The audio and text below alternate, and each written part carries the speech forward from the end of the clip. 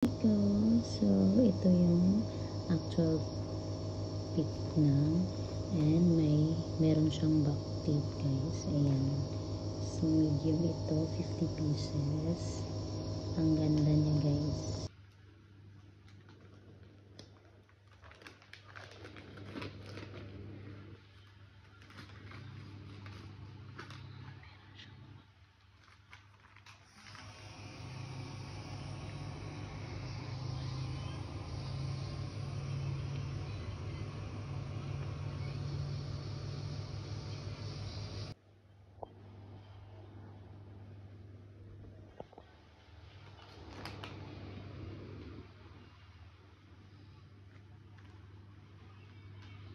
Kalasangan party yung susuotin ni Baby Enzo ngayon. So, tatlo yung diaper ni Baby Enzo, guys.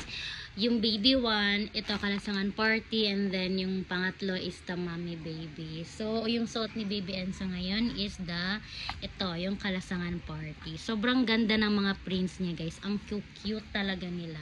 So, itong mommy baby, medium pa si baby kasi ano pa siya, 10 months old. So, 52 pieces. Itong si baby one, 50 pieces. And then, 50 pieces din itong si kalasangan party. So far, sa mga nagamit kong diaper sa market, dito lang talaga nahiyang ang baby ko sa Korean diaper. Kasi kahit manipis siya, guys, quick absorbent siya, tapos dry lang, and then no rashes talaga yung baby ko. Masyadong sensitive ang baby ko when it comes to diaper. Tapos ito, mura ko lang siya nabili, and then super ganda, and hindi siya nagli-leak, guys. Palaihi yung baby ko, pero maganda siya. Ayan, suot niya na yung itong ano. So, malapit nang maubos itong baby one kasi ito yung una eh.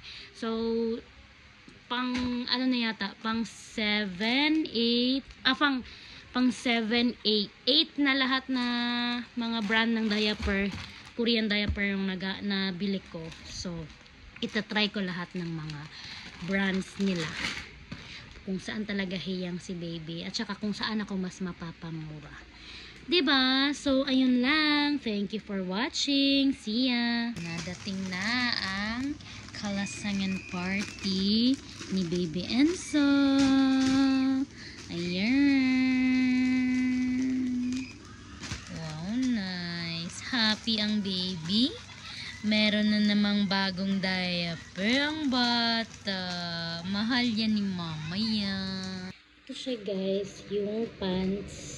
Tapos, ito naman yung ito pala yung pants. Tapos, ito yung tape. Maganda siya, guys. Manipis siya, pero maganda. Ang cute ng design, guys. Sobrang cute.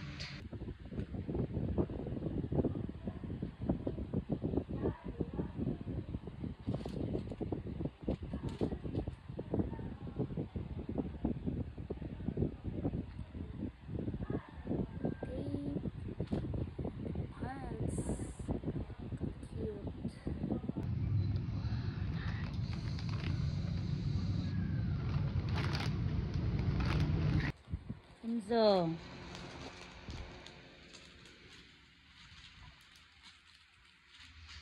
Pretty baby. Meron nga pala akong nabili, guys, sa TikTok shop. Diaper siya, 50 pieces. Pretty baby ang nakalagay. So, maganda ang kanyang ganito siya, guys. Ganyan. Ito yung actual. Manipis siya. Pero, ano, ito na yung suot. Ganyan lang siya, guys. Hindi siya naglilik man. Maganda siya. Tinesting ko lang to. Mura lang siya kasi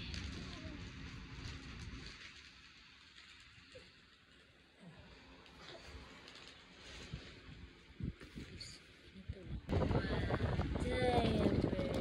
Diaper.